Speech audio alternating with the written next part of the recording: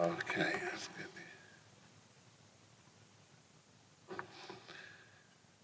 Right, obviously there's no fire practice for this afternoon, so if the alarm goes, please go out to the front of the building. Right, starting with item 1, apologies for absence. We have apologies from Councillor Ball, Councillor Blackman, Councillor Oxborough and Councillor Daniel and Councillor Saxby. Thank you. Thank you. If we can go to item 2, which is the minutes of Tuesday the 20th of January 2026. All happy? Anyone wants to raise those minutes? Councillor Kimber. Sorry, I thought you said raise your hands if you were happy. Steady. Right, okay, so right. Okay, so if everyone's happy, can they raise their hands to, thank you very much. All good, right. Right, now we've got item 3, which is declarations of interest. In the accordance with the Code of Conduct, members are invited to declare any disclosable pecuniary interest, other registrable interest and non-registrable interest, including the nature and extent of such interest that may have in any items to be considered at this meeting. So, Councillor Reid. On page 27, item EJ 1.1, it mentions Tame Energy Community. I'm a founder and director of it. Thank you, Councillor Reid. Thank you. Noted. Thank you. Thank you. Okay. Anyone else with any declarations of interest? Right, we'll move on to item 4. I have no items requiring urgent attention. No items requiring attention. Item 5, we're not going to have any division of the agenda. Item 6, public forum. We've got no public forum. So it gives me great pleasure to go on to item 7, which is climate change and biodiversity update. So if I can ask Councillor West and Adam Williams. Thank you. Thank you, Chair. I'm glad to say I have officers with me, which is great. I think Rob's just managed to get... Have you been cycling here, Rob, or what? I thought you was taking bicycle. Oh, I'm impressed, very impressed. Anyway, on that note, you see the dedication of our officers to the net zero, can't you, from that point of view? I'll just ask Adam, if I may, just to bring up the screen. And if you could go to the first page up there. This is the first page, yeah. This one. Yeah. So, thank you, colleagues, members. It gives me great pleasure to present this update on where we are with the climate and biodiversity theme. It's been a very successful year, I think, overall. Officers can tell me otherwise, but I think we're very happy with what we've managed to achieve. You've got some of the highlights up there. Some of you will have noticed there are additional solar panels installed on Kilworthy at the back end of the building, further far end of the car park. So that's been really great, despite the bats we got there in the end, which is great. We have managed to agree funding for EV chargers, both for the fleet and the public at Kilworthy Park. At the moment, we're still trying to agree where that's going to go. We resolved that issue, Drew, where they're going to end up. Yeah, no, it's been resolved. Okay. They'll be at the entrance to the car park. Brilliant. So basically, it's one rapid charger and I believe 6 normal chargers on site, which is great. And the idea is that this will help us in terms of our own aims, reducing carbon dioxide emissions by the fleet changing over to EV, the smaller vehicles that is, not the dust trucks and that sort of thing. But the other aspect of it is that it will be available to the public where the charges are available. I think we've mentioned already at a hub meeting when discussing this, the rapid charger is it the only one in Tavy or is it in? Yeah, it's the only one in Tavy, and it'll go on this Zap map thing or something, which it will be destination for a lot of people for that. So that's benefits for us. There will also be a small income from that, which is what we're looking to. But so the outlay is there, but we are expecting some savings in terms of primarily CO2, but in terms of running costs and that. And now we also have the solar panels as well. That will help. So generally, that's been some really good stuff coming forward on that. We then got something which Adam introduced to me about 6 months ago called endotherm. Would you like to explain what that is, Adam? Yeah, certainly. Endotherm is a wet heat system additive. It basically reduces the surface tension of the water that's going through the heating system. So the heating can get to the emitters faster and more efficiently, so you're not having to burn as much gas to get the water through the system. The additive was added to the system in November, so we'll be monitoring kind of meter reads and see how that's performing. Hopefully, if it does see a reduction, we can put it out throughout the rest of our estate. But hopefully the heating seems to be working fine at the moment. The temperatures are still as they usually are. So yeah, we'll report on that in due course. Did you have a figure for the saving when we were looking at this, percentage saving? I can't remember off the top of my head. It was 10 to 15%. Yeah, it's like 10 to 15% saving on energy. And it's not expensive to put in the system either, so it's a bit of a no-brainer when it came down to it. The other thing which I'm very pleased about is our thermal imaging camera scheme.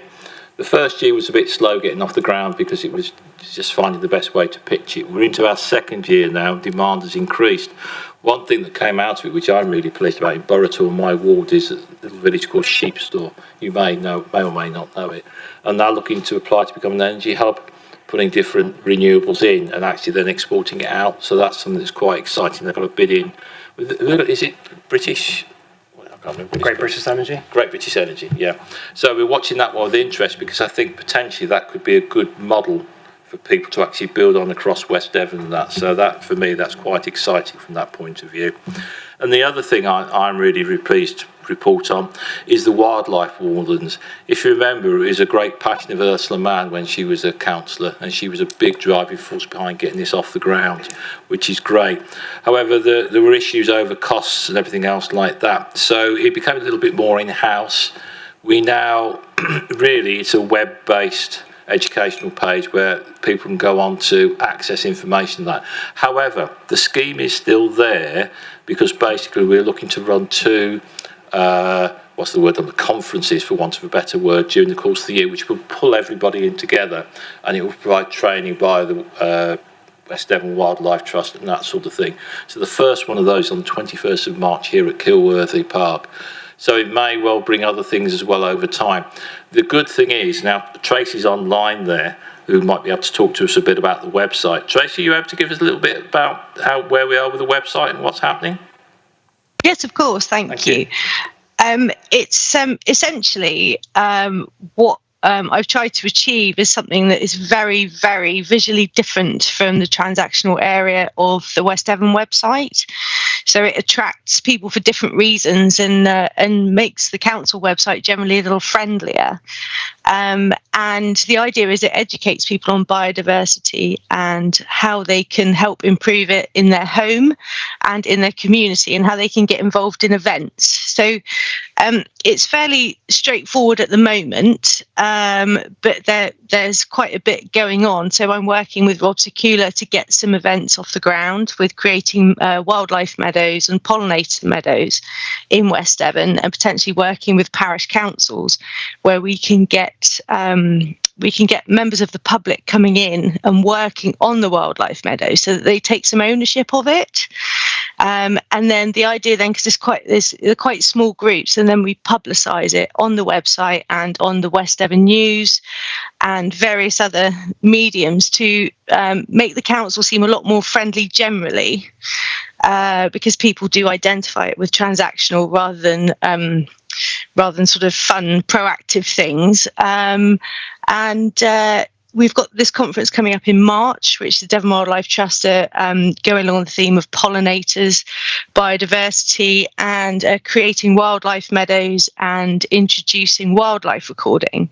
And hopefully, I've been discussing what's been happening with the Devon Biodiversity Record Centre about doing some training for people to go out into their communities and record wildlife that they spot, and so that Devon Biodiversity Record Centre can then use that data So there are plenty of things going on, but as a local authority, we have been a bit restricted as to what we can allow people to go out and do under our charge.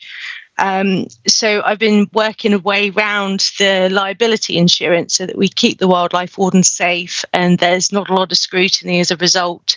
So that's all hopefully coming through this year. It just takes a bit of time to get it up and running. So is that okay, Councillor West? Are you happy with that? That's fine. Thank you, Tracy. Really appreciate that. Yeah, I mean, this is the thing. When we started this, there was a lot of input into it, but it was around sustainability. Could we keep it going? We're now putting systems in place that will enable that sustainability there, and it will enable our local community to get involved if they want to on a regular basis. So I'm quite excited about that. And in terms of our work, Tracy will be involved with the website, and obviously as it goes forward, Rob and Adam and others will be involved in looking at other opportunities we've got. Hopefully that gives you an idea. Do you want to just scroll up a bit? I mean, if anybody has got any other questions on that, we're in a strong place. We've got a number of other issues coming forward, plans. One thing, again, might be worth mentioning is around the LC whip. That has now been completed, that has been published. Hopefully you've all had a chance to see that. And that gives us a framework in terms of how we can push things forward around CO2 reduction in West Devon. There's a couple of schemes come out of that note. Oakhampton, where the footpath has been put in between the estate and the school, so people aren't having to go along the road.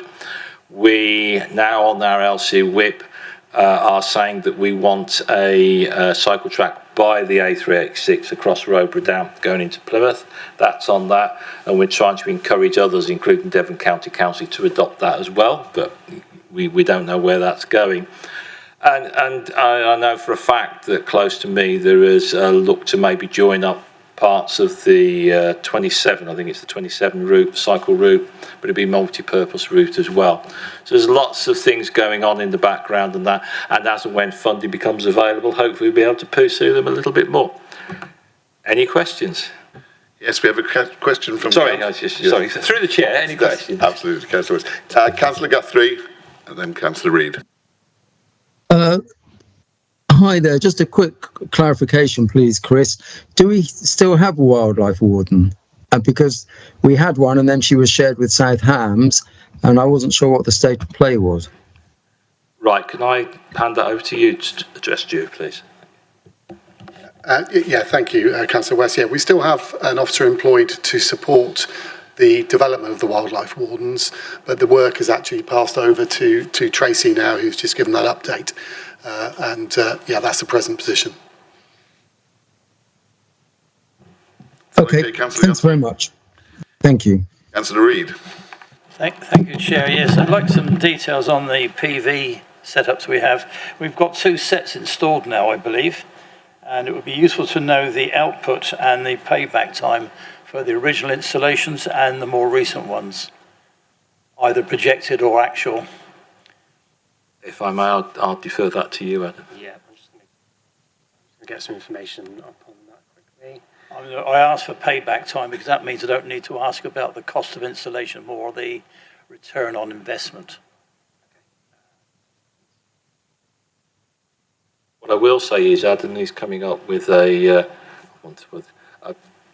data sheet or chart where you can register in and look at what savings have been made and all that sort of thing. So that information will be available once we've got that link up and running. That would be excellent, Councillor. Yeah, but taking into account it also include hopefully CO2 saving data as well. Yes, yeah, that's what it is. It's a lovely data page. Yeah.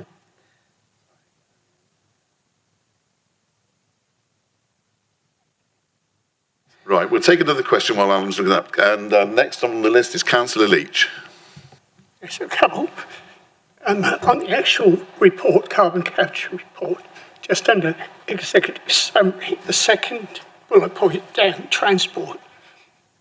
Last but one line, it says, emissions from this category have risen by 2.5% due to increase in business travel. Is that a mistake? Has it gone up and then come down? Well spotted, Councillor Leach. You have spotted today's correction. No, what you've got on the actual website, that has been corrected, and it is decrease, 2.5% increase. Or It's decrease? Risen by 2.5%. So it wasn't Adam hedging his bets. It was just one of those things. So you may have found another couple. One, South West Devon was mentioned on there as South Hams was mentioned on there as well. We have corrected that on the actual web page, but it hasn't. The link you've got hasn't had that correction. My other question based on that, when it comes to carbon capture, have the calculations been done? It says that you've taken on board business travel and commuting, and certainly lots of commuting as far as me and probably other members are concerned for West Devon have almost come to nothing. So that should be coming down as everybody else is doing more. And the other thing to that, have you put calculations in for home working?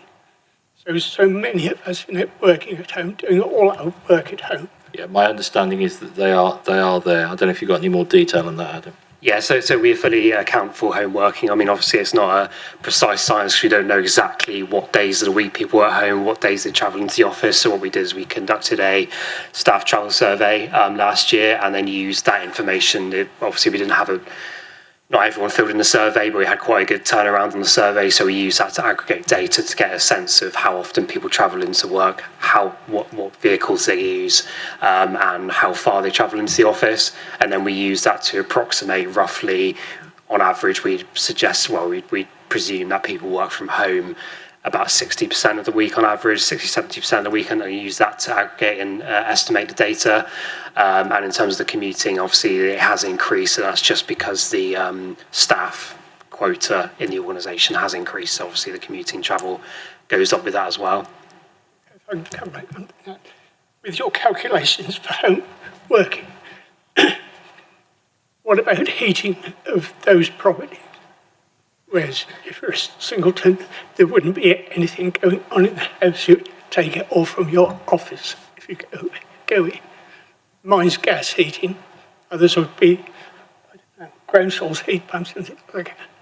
It will make a difference to that carbon capture. So we use average emissions factors for the calculations. So the government produce yearly carbon emissions factors based on national data. So it doesn't really approximate the exact heating and energy use of a particular staff member's property. I think it's fair to say with anything like this, trying to be 100% accurate is very difficult. We're talking about general trends, really, in terms of what we're trying to do. For me, you know, it's great we've seen one decrease, but then we're seeing a bit of an increase, and it's really difficult because some of that, particularly the procurement, of course, is out of our hands when it comes down to it. Usage in that, but it's nice to see where we can influence. We are influencing it going forward. Right, can we return to Councillor Reid's question? Thank you, Adam.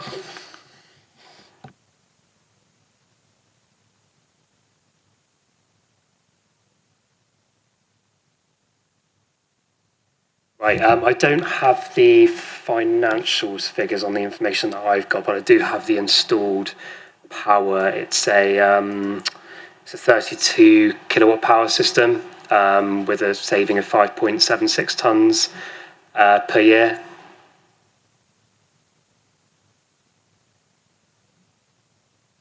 Is that the new? Chair, Is that the new system? Sorry. Yeah. No, Chair, if I may, we can provide the figures on the cost and the return on investment. That was all calculated very in keen advance. because with my role for both Tameridge Community and also for Transition Tavistock, both of which I've been a keen supporter, we're also very keen to support all policies and actions within the council and the area community. And by reporting back to these people, I can give them extra comfort in what we're doing. Okay. Thank you. Yeah, but get the details. If I may, Chair, through you, I think there was some quite substantial savings from a CO2 point of view. I know we've got that tonnage there, but I think it was it was either a third or more that we were able to save as a result of the current PVs, the new ones that have just gone in. So it is not an insignificant saving in carbon, and I imagine in energy as in cost as well. Just if I can add sort of generally in terms of the strategy we've taken, there's only a number of controllables that we have control over. We've got a very small estate.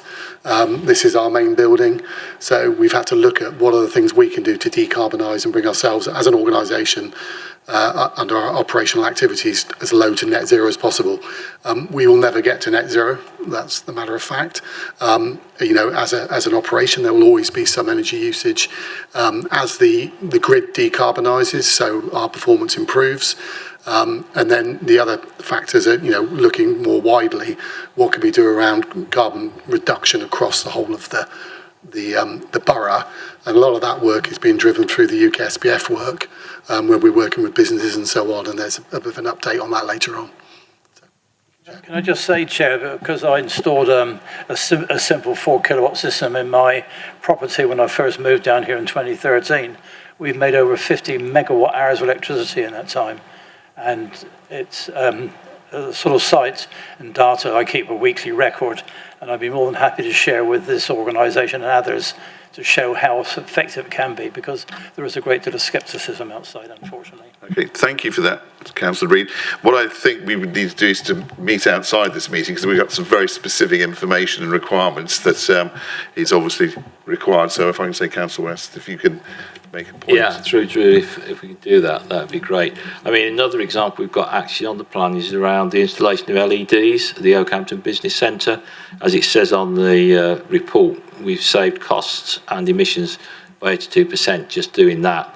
And I know we are looking potentially at our car parks as well, going to LED lighting there to save costs there. The other benefit of that is that if we're saving the money there, it means we might not look to reduce the number of hours they're operating, if you know what I mean. So it's positive from that point of view. Anything else to say? Oh, some more questions, Councillor? Yeah, more questions. Councillor Southcott. Thank you, Chair.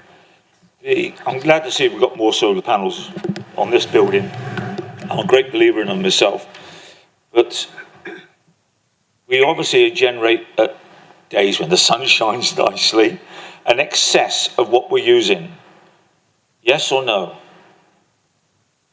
No, I don't think we do, to be honest. I mean, I would be arguing that if we do, then I would look to get some batteries in or something like that to save it. But at this point, no, we don't. Okay, that was going to be my argument. You need battery storage as well, which I've actually done myself. So it does pay. The other thing with the battery storage, we got EV charging here, which obviously gives a lower tariff at night. I actually charge my batteries this time of the year overnight on the EV tariff. And it has saved me an awful lot of money this winter doing that. So batteries, I think, are well worth having. Thank you. If I may say, well, I'll defer to both Adam and Andrew on this. They are expensive, the initial outlay and that, and in terms of potentially where we are going forward, I don't think we've necessarily got the funds to be able to do that. However, that may be an option going forward at some point. But at the moment, currently, Adam, would you like to? I think in the case, I mean, obviously a domestic battery storage system tends to make a lot of sense, because obviously your energy demand during the day is quite low, and you're often exporting throughout the day. I mean, I've got a solar system at home, and regardless of what I'm doing at home, I'm always exporting at some point. But with this building in particular, we've got such a large energy demand, and the solar doesn't make up a massive proportion of that. The amount we could fill a battery up doesn't really work out in viability terms, because it wouldn't be top enough to warrant having the battery installed and then having that drawdown elsewhere. Thank you. Councillor Kimber. Just a simple question on the wildlife wardens. I can't find the Facebook page. Can you tell me what the name of it is, please? In terms of face, that's in. Do you mean the website?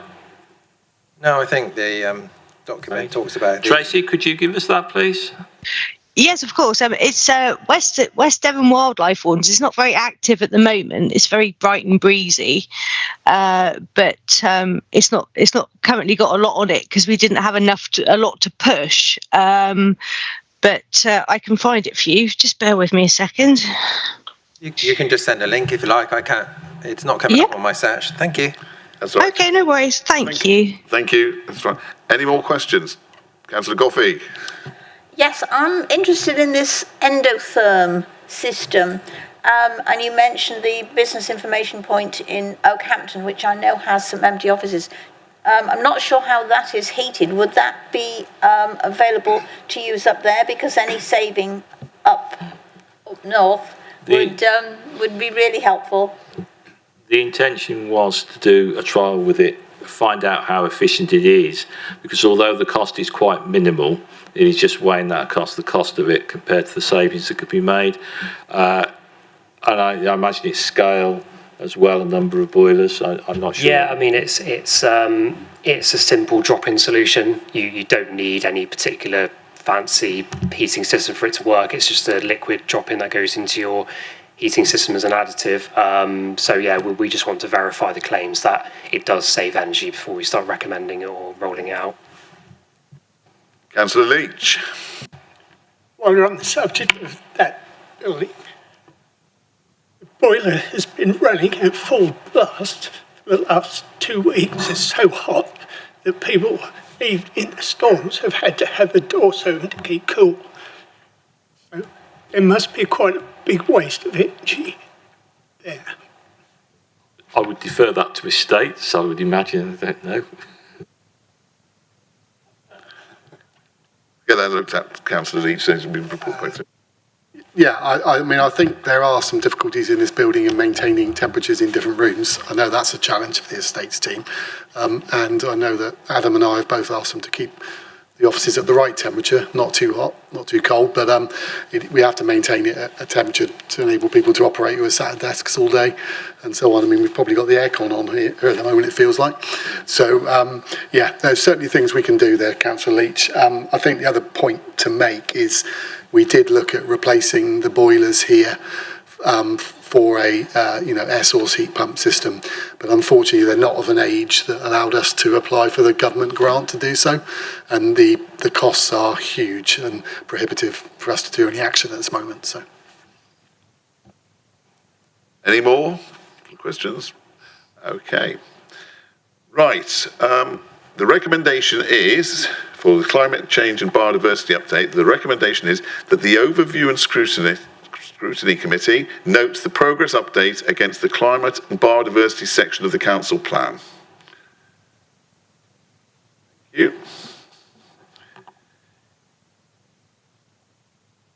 Thank you. So thank you, Councillor West and Adam.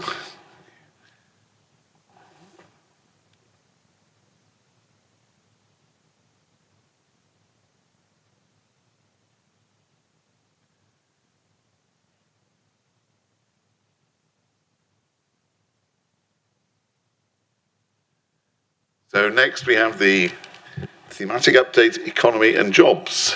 And I think Chris is going to join us. Thank you, Chris.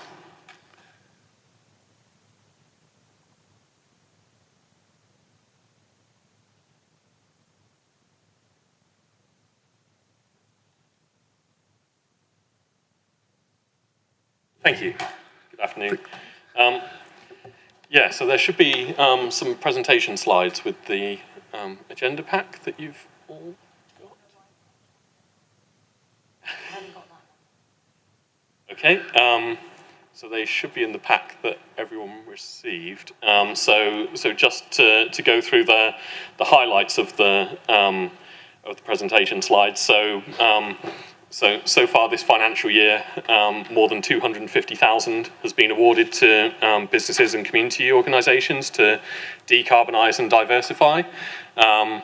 We did some mapping of the grants that we awarded last financial year, and we've been updating that with the map showing the distribution of grants across the borough. And we can show again that it's not just concentrated on the two main urban centres of the borough. It's actually spread pretty evenly again across the whole of the borough, which I think is really positive because it shows that we are getting into those rural communities. The other thing that we've been doing with the grant support, oh God, that's horrible. Nobody needs to see that. So we've also been working with the Community Halls programme as well, and looking at ways that we can use UK Shared Prosperity funding that we've received to bolster some of the work that the community halls are doing. So that's proved quite successful, and about a dozen of the community halls have been supported through UK Shared Prosperity Fund, either to top up some of the grant that's been awarded through council funds, or to mitigate the need for council funding to be used on their projects at all. So that's really positive. Outside of that, we have our annual contract with Business Information Point, and they've delivered more than 100 hours of business support to local organisations across the borough. The aim there is to help businesses to survive and to thrive.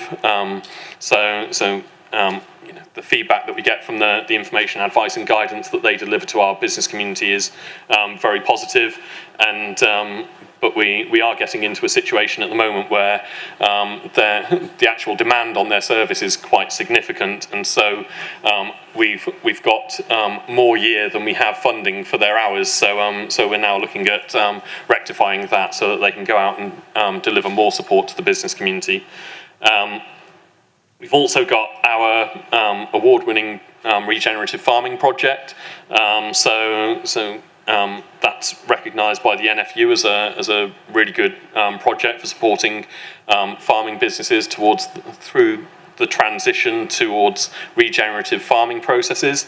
And so more than 30 farms across the borough have been supported through that project this year, which again is helping to improve the sustainability of our food and drink supply, and while also decarbonising their businesses, improving things like soil quality, and having a range of other positive impacts on their organisations. We just yesterday had the Visitor Economy Symposium that took place here in this room, with breakout sessions for visitor economy businesses in different areas of the council building. That was really successful. We had dozens of organisations attending that, and we also had some breakout sessions which were delivered by people like Job Centre Plus, the Local Visitor Economy Partnership, which is a regional body that plugs into Visit England, and other parties as well.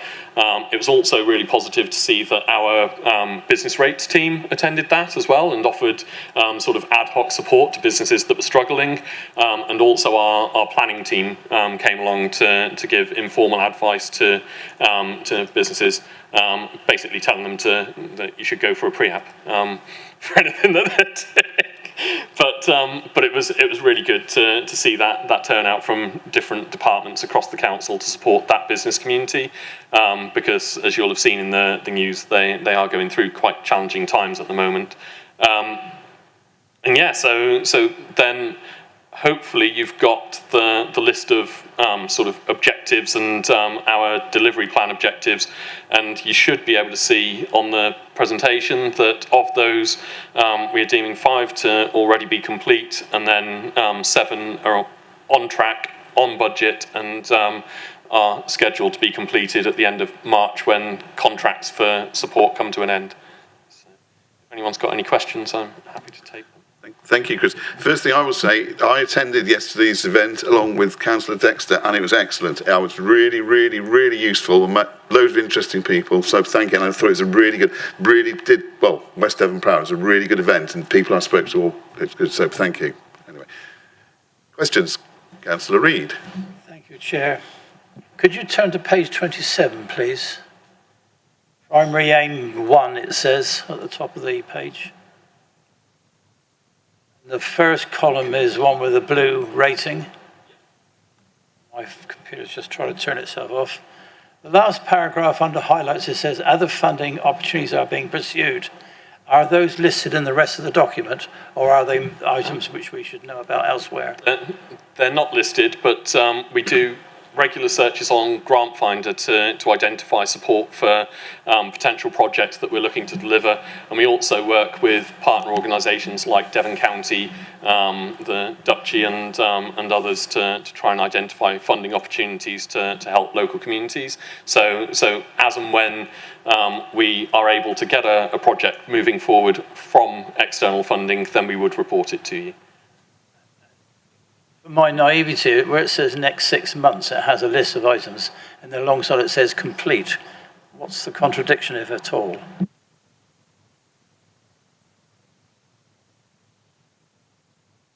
It's not complete, is it? So there's two things to that. So the first, the actual objective there is to look at the support around for future funding rounds, which was originally related to UK Share Prosperity funding. However, government have pulled any further funding for UK Share Prosperity Fund.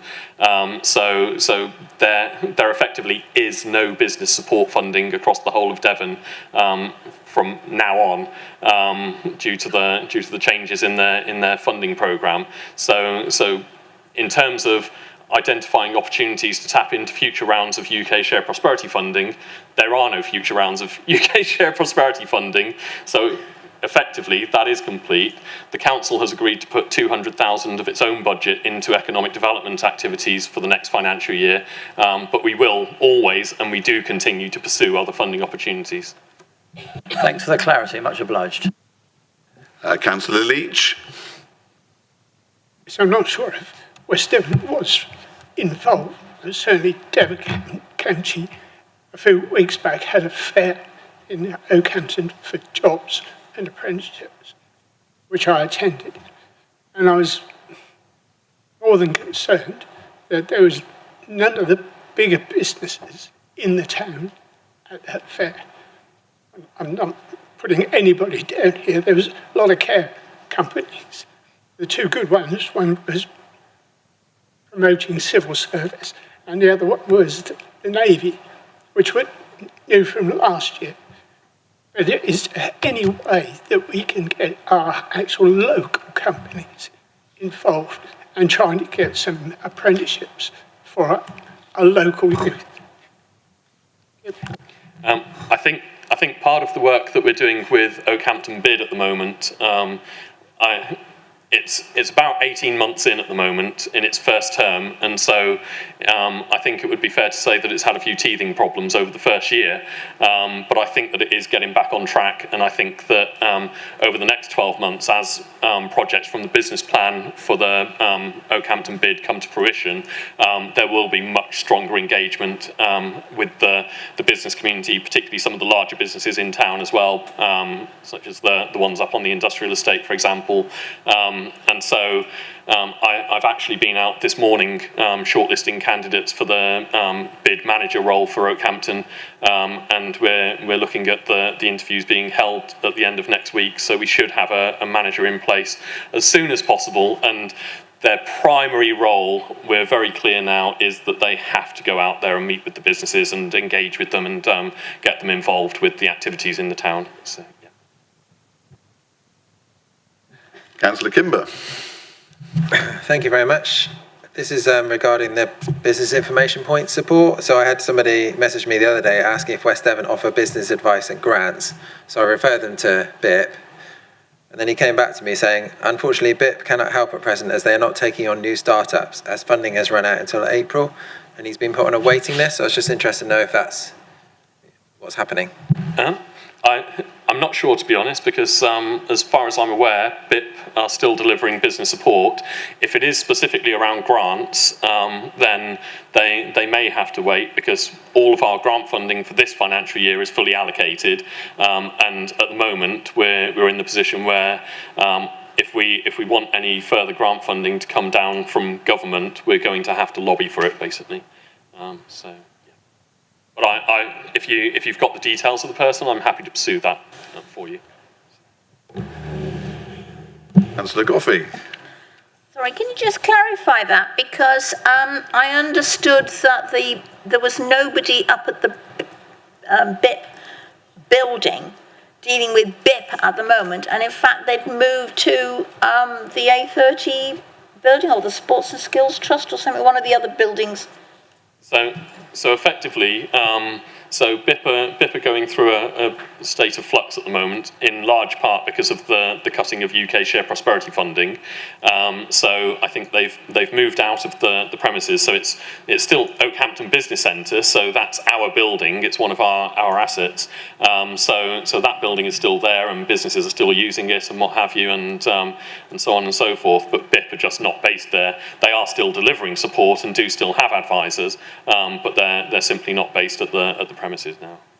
And just to be clear, so this is something that's affecting quite a lot of business support organisations across the whole of the county.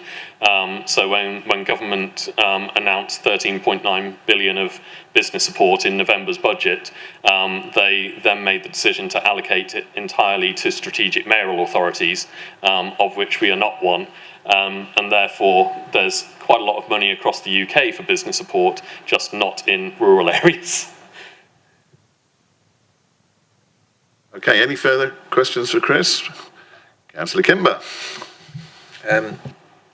We're working with local farms to support regenerative farming. So I just wonder if you've got any specific examples of, or if there's any way we can find out more information. Yeah, I don't have any to hand, but I can absolutely get some for you. Would it be worth me getting a list that can be brought to the next task and finish group for the agri and food subgroup? Yeah, the regenerative farming subgroup, we do have that. That would be useful, Chris. Yes. And but I can make sure that it's available to everyone. So yeah. Well, if we circulate it, and then we'll put it on the agenda for the next time we have the regenerative farming working group. Is that acceptable? Lovely. Any further questions for Chris? Right, well, the recommendation in front of you is that the Overview and Scrutiny Committee notes the progress update against the economy and jobs section of the council plan. Thank you. Thank you, Chris. Thank you very much. Oh, sorry. I do beg your pardon. The Tamar Energy, does that come under this section, or is that the next section? This section. This section, right. Because I see there's, it says here, discussion as to whether or not this support can continue and where it should be funded within the council. Well, according to the highlights, it supported hundreds of households through the funding they receive. Is that the problem, that there is no funding again, or what? Because it really should continue if it's helping people to save money. So with the funding that the council has made available to the economy and jobs portfolio, then we are having discussions with delivery partners to see what they can do in the next 12 months as well. So it's not saying that there's nothing available, but we need to have a discussion with them to see what can be delivered next year. So yeah, they are doing a really good job. They've delivered hundreds of outputs to residents across the borough. But it's also worth noting that our funding, and I use that in inverted commas because it's UK share prosperity funding that we're using for this at the moment, is a part of what the council allocates to them on an annual basis, and other departments such as housing have other projects that they put through Tamar Energy Community as well. So we are just a small part of the overall programme that they deliver. Yeah, I can just add to that. So you'll be aware that we've run what was the HUG scheme, where we provide energy efficiency grants to properties. So that's through the Better Care Fund. So Environmental Health also issue those. So that's part of the bigger picture in terms of support we provide to that group, and that will continue next year. Okay, thank you, Chris. Right, if we go on to item 9, which is key performance indicators, April to December 2025.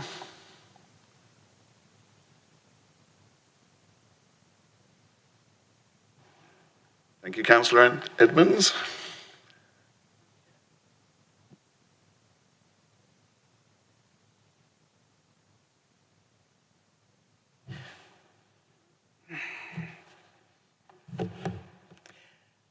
This report presents the key performance indicators for April to December 2025 and forms part of the commitment to provide 3 annual performance updates to this committee.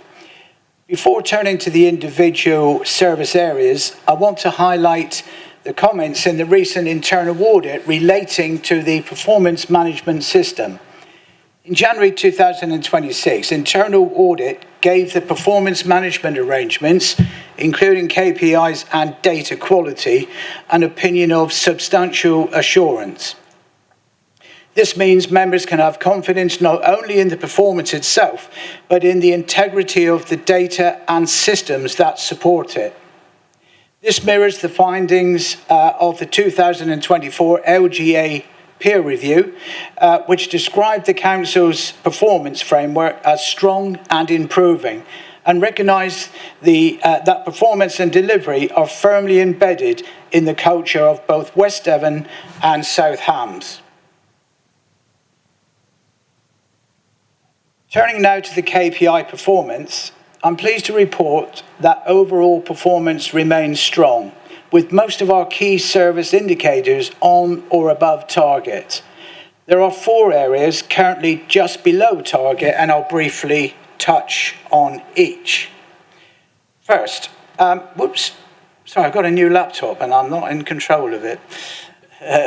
First, employment estate occupancy, which stands at 87% against a 90% target. Demand remains healthy, but recent market conditions have slowed new inquiries slightly. The estates team is working closely with potential tenants to bring occupancy back up, and rent collection levels remain very strong. Second, recycling rates, which are at 55% against a 50% target. While slightly below target, the rate remains well above the England average and stronger than last year's performance. Third, revenues calls answered within 8 minutes, currently at 78.6 against an 80% target. This is a marginal shortfall and reflects higher call volumes and some longer, more complex inquiries. Performance overall remains steady and close to target. And finally, total calls were higher than the same period last year. This is an area where we aim for a reducing trend year on year. It's worth noting, though, that online uptake continues to increase, so the rising calls likely reflects seasonal or service-specific demand rather than a shift away from digital channels. In summary, Chair, the majority of services are performing well, and the areas below target are only slightly off track, with clear plans in place to address them.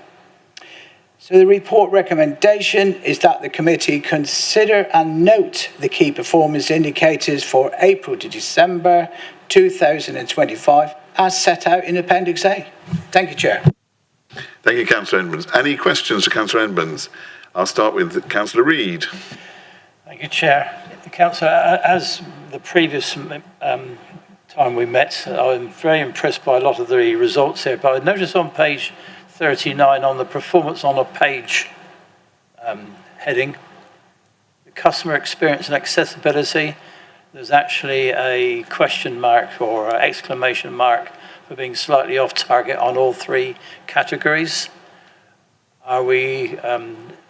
Is there a good reason why that is? 5% off target doesn't sound a lot, but it might be, as it is customer experience. That's where our reputation is firmly anchored, I suspect. Bring that one up for you. Drew, have you got any insight to that? Yeah, certainly, Councillor Edmonds. So are you looking at the key at the bottom left-hand corner? Yeah, so the 3 that are highlighted as being slightly off target were 3 that Councillor Edmonds just mentioned and explained why they were out. Do we have a timetable for getting back within target, do you hope? very difficult to put a definite time period. What were the other two?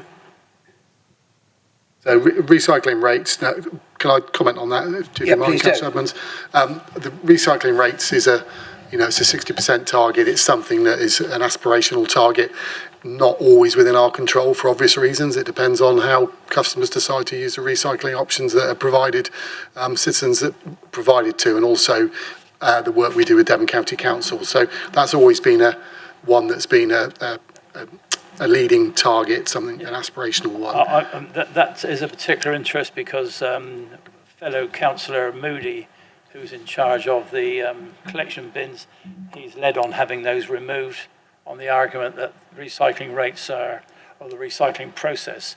My concern is not so much criticism, more a case of do we have enough resource, and if not, should we be pushing to the council generally to improve resource to help achieve the targets you're looking for?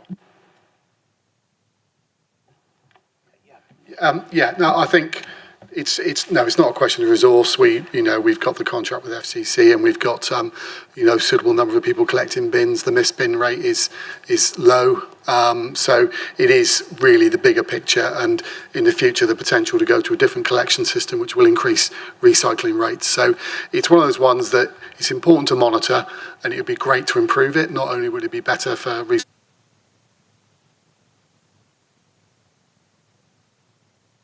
I don't think it's a matter of resource, Councillor Reid, in that case. And the other two items, calls and total calls. Any comment on that, please? Yep. Okay, sorry. Yeah. Well, I think again, these are ones which, the number of calls we get. It depends. It depends on the season. It depends on what communication we've sent out.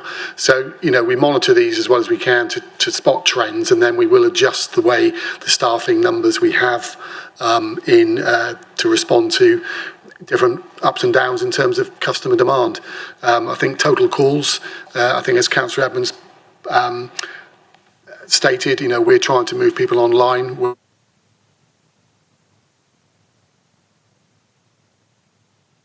Again, they're performance indicators. I think the concern would be if we had a consistent downtrend on any of them over a period of time. We look at them as officers through what's called the performance board, and if we need to make adjustments in terms of staffing levels, we do that as soon as we're aware. We've got other sort of leading indicators that will give us an indication of a future problem, which we also to respond to where we can. But I would say that none of these are of particular concern, I would suggest, to members at this stage, but, watch this space and see whether there's a downward trend that carries on over a couple of quarters. Thank you very much. Thank you. Just bring Councillor West in on this. Yeah, thank you. Through the Chair, Councillor Reid. Basically, we've now got some funding from Devon County Council for a recycling officer, which is it's only just come in, so we'll be looking for that to be in place. So in terms of resource, that is in addition to our resource, so hopefully we can push that up. Thank you. I thank the good news. Okay, Councillor Kimber, please. Thank you very much. I'm just looking at page 44, if you want to work your new computer. And in-year collection rate for non-domestic rates, is that business rates? I presume it is. I see the purple bars representing this year are dropping away, and the graph looks a bit concerning to me considering the pressures that businesses are facing. I don't know if you have any comments on that.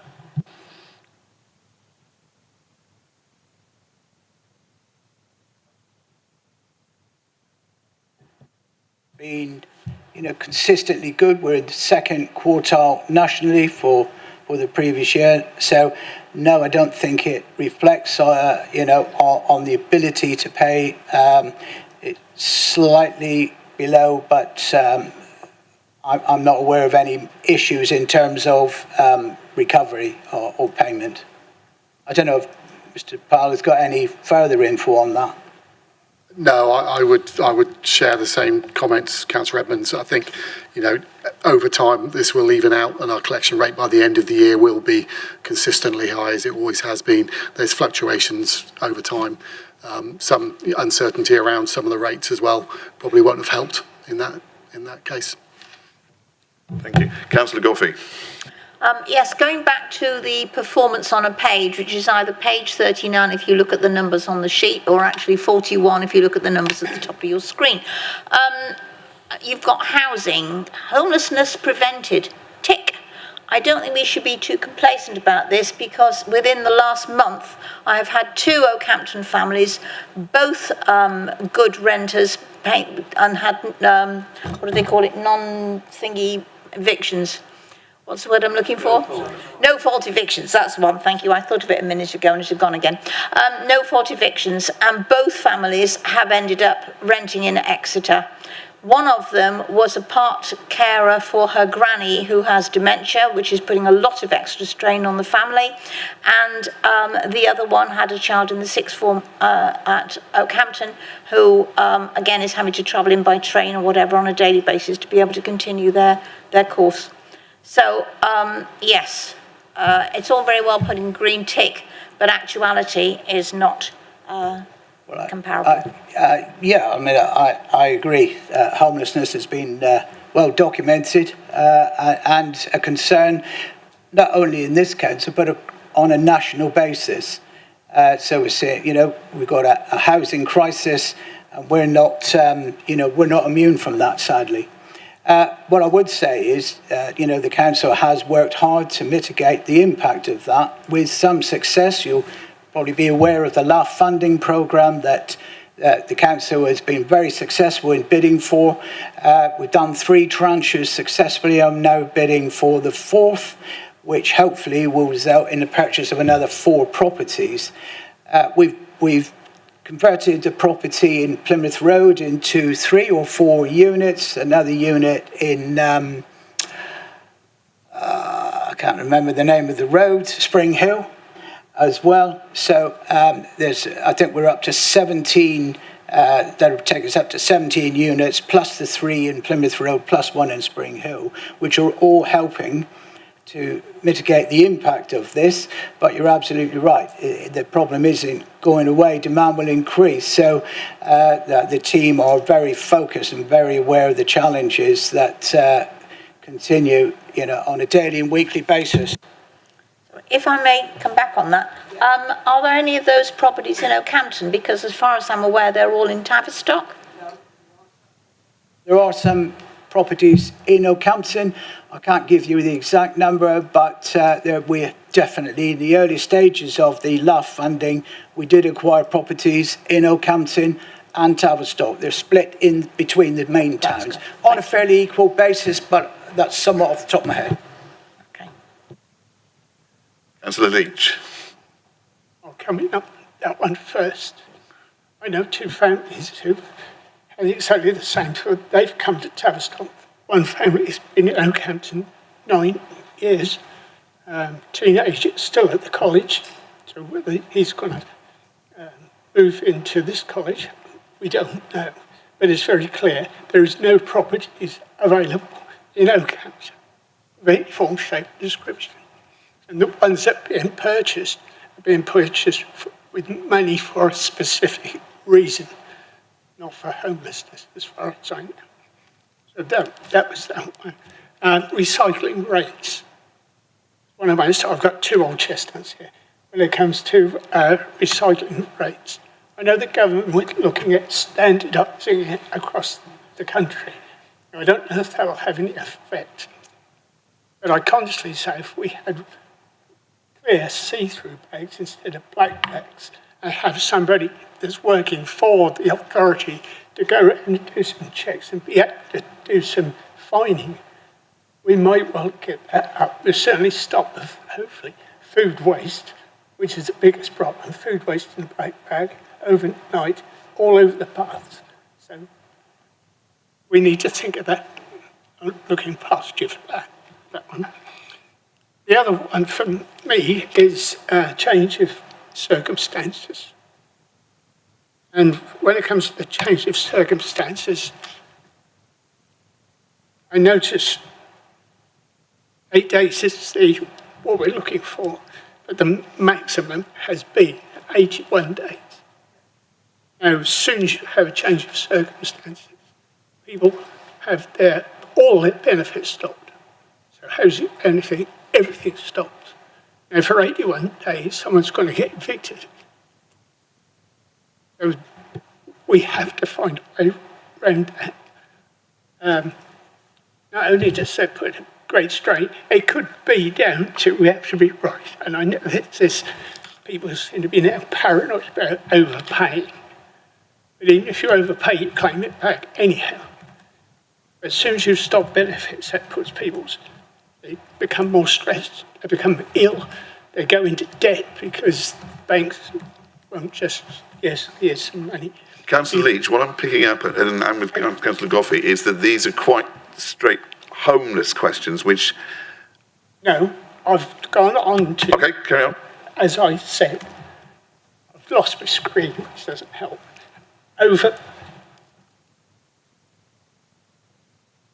Okay. So when you have a change of circumstance, you'll see from the graph, 8 days is what they're looking at, but it has been up to 81 days. And it also says the Department of Work and Pensions will ask us to look at certain things, which makes it sometimes lengthen the process. We should be thinking of the people who have their benefits stopped for the amount of time it takes to sort these things out.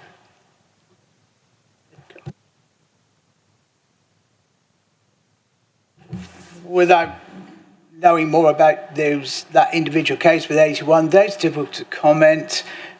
Could be for a variety of reasons, waiting for information possibly. So without that level of detail, I wouldn't be able to answer in detail. I don't know if Mr. Parle has any comment to make, or we could pass this to the head of service for a response, which we could send you after the meeting, unless you've... I don't on that particular case, but I can certainly ask the question of Ms. Hodgkiss. I mean, I suppose the important thing is, the national benchmark is 8 days.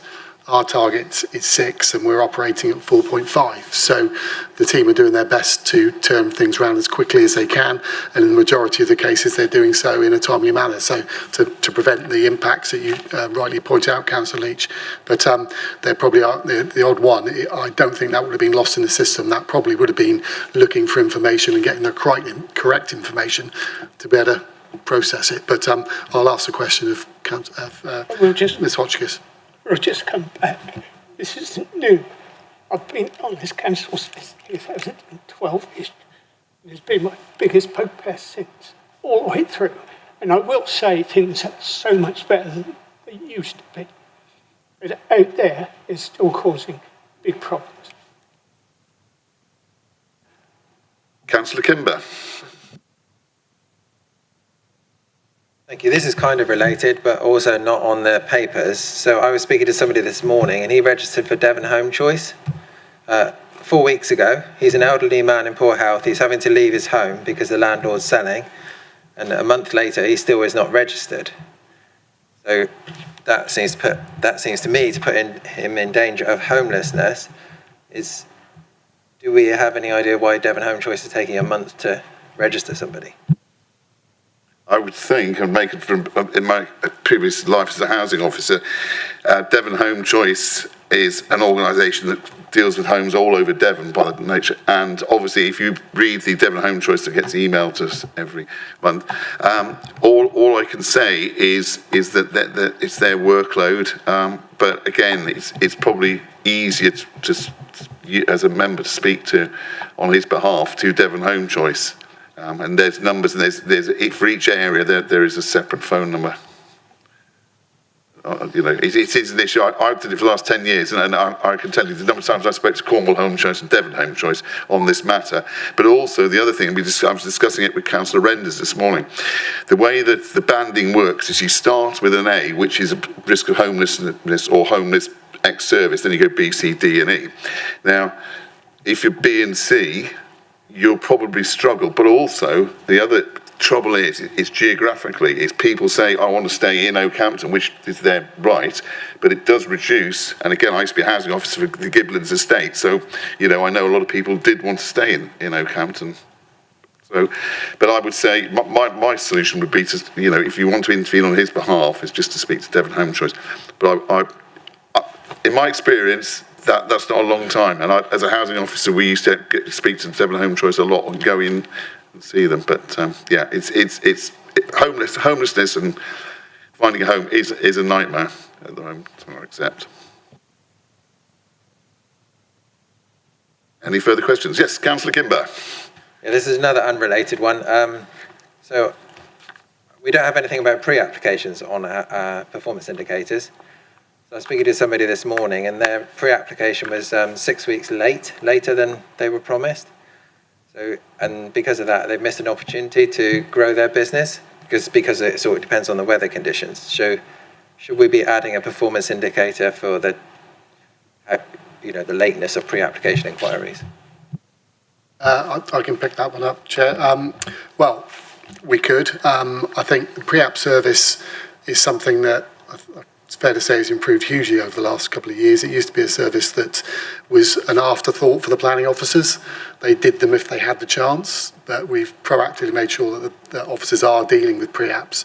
And as a result of that, we've also had a huge increase in income from pre-apps, and what that means also is that an application then comes in for consideration by officers and or the planning committee. It's in a really good place because a lot of those wrinkles have been ironed out during those conversations. So I'm upset's probably the wrong word to hear that there has been a delay of that nature, because officers should be considered in the same priority as they do planning applications for those reasons. So I'll quite happily look into that case. Pre-apps we don't have a target because we don't have a statutory target of 8 weeks or 13 weeks for a pre-app. So it would be an internal target. And sometimes you do find with that, because you haven't got the issue of having to make a decision, it is led quite often by the applicant, and they can quite often stretch out for a long period of time, not as a result of officers not doing their bit. It's because they have a first conversation and they go away, think about it, and they might come back 6 months later and go, right, we'll pay a little bit more money because we want a further conversation, but your initial pre-app gave us the view that, what we want to do in the first instance wasn't appropriate. So it might be quite difficult to set some timings around that. I think we can make sure we set up a response and have that first meeting within a reasonable period of time. But it'd be quite difficult to bound it, I think, in terms of the start and finish. But I'm more than happy to look into the particular case, Councillor Kimber. Thank you. Any further questions? Oh, right. Councillor Guthrie.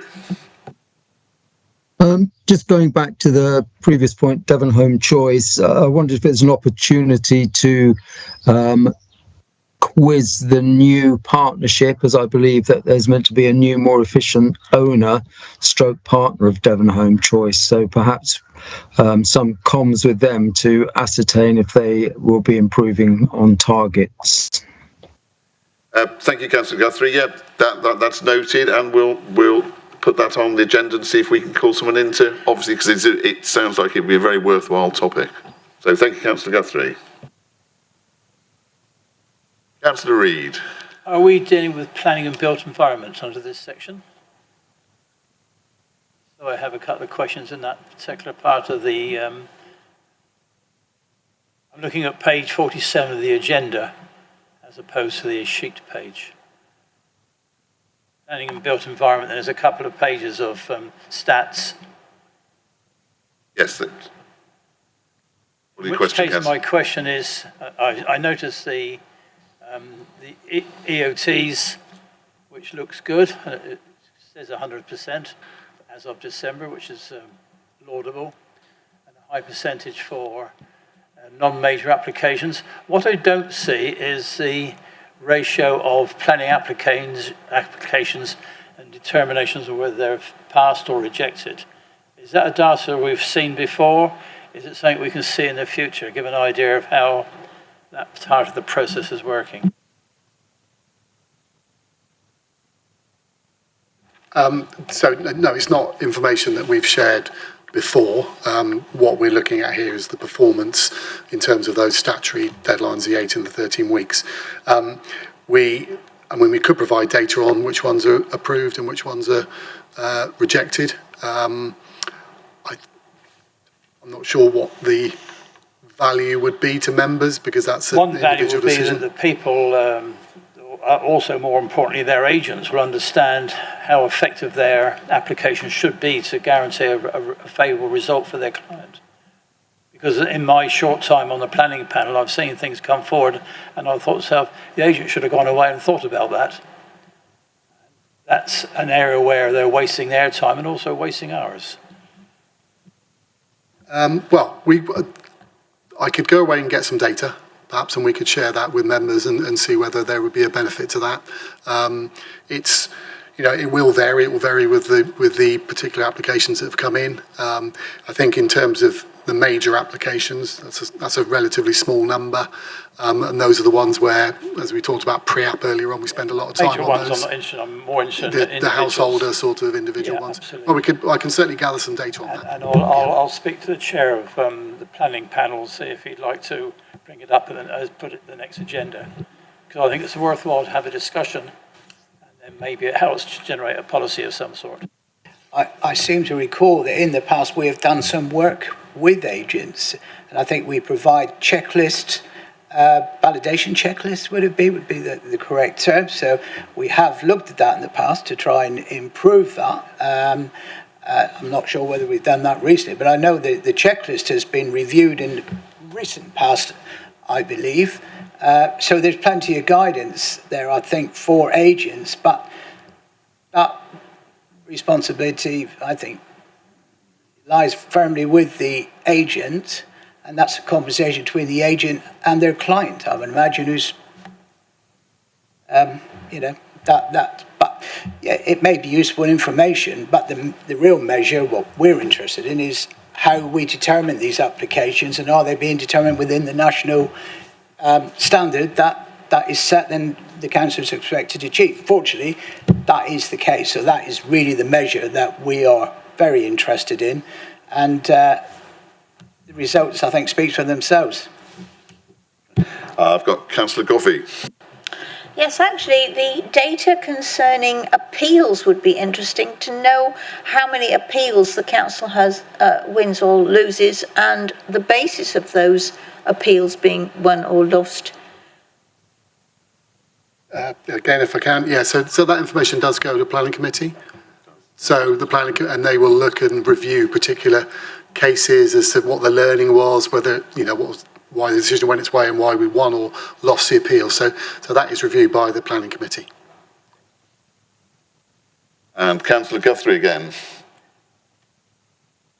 Just for Graham Reed's benefit, there are due to be more regular meetings, I believe, with agents, because with the MPPF and the changing details that are going on, yes, agents come in and really shouldn't bring some of the things forward, but I think the idea is that we're going to talk to them about where we're looking to pass things and how we can do that with all the new frameworks involved.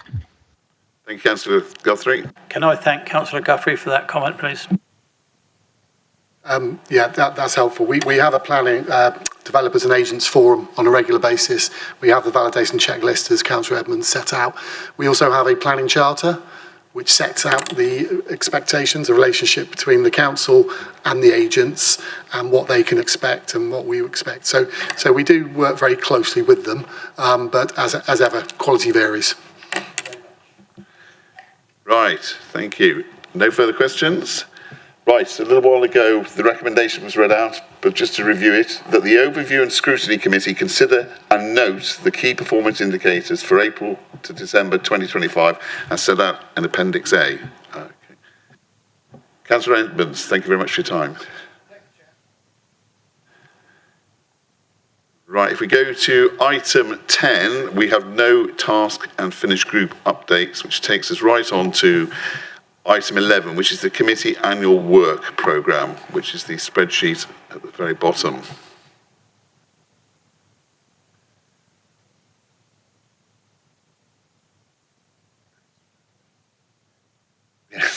Yes, that's quite true. It's looking very light. And again, we've already had a suggestion about Devon Home Choice. There's others to come forward. I know CDS connecting Devon and Somerset was mentioned. If people have got anything or they support bringing those in, I think there's a strong case for certainly Devon Home Choice. Connecting Devon and Somerset was raised by a couple of people. If any of those don't appear in red, if anyone wants to raise them, then either bring them to myself or Kathy, and then we can look at them. Going back to the work groups, obviously I'm conscious that we've been talking about regenerative farming. So what I will do is have a look at some dates where we can try and do these working parties before the ONS meeting. So I'm keeping them to a Tuesday, so we don't have to bring people up for what will probably be about a half-hour meeting, if that's acceptable to you as a group. And that's really, unless anyone's got anything to add. Right, thank you. Thank you. Very, very interesting discussion. What I will take from this is that seems to be every pocket, everyone I talk to in the council, homelessness and homes comes up. Every time we sort of have a water cooler chat, it does seem to be this. And again, I have a lot in my ward as well. So, yeah, something we'll bring forward. But thank you all. And Thanks, Alistair. Thank you. Cheers, Steve. Thank you. Cheers. If I can make a point with that, Alistair, seeing as we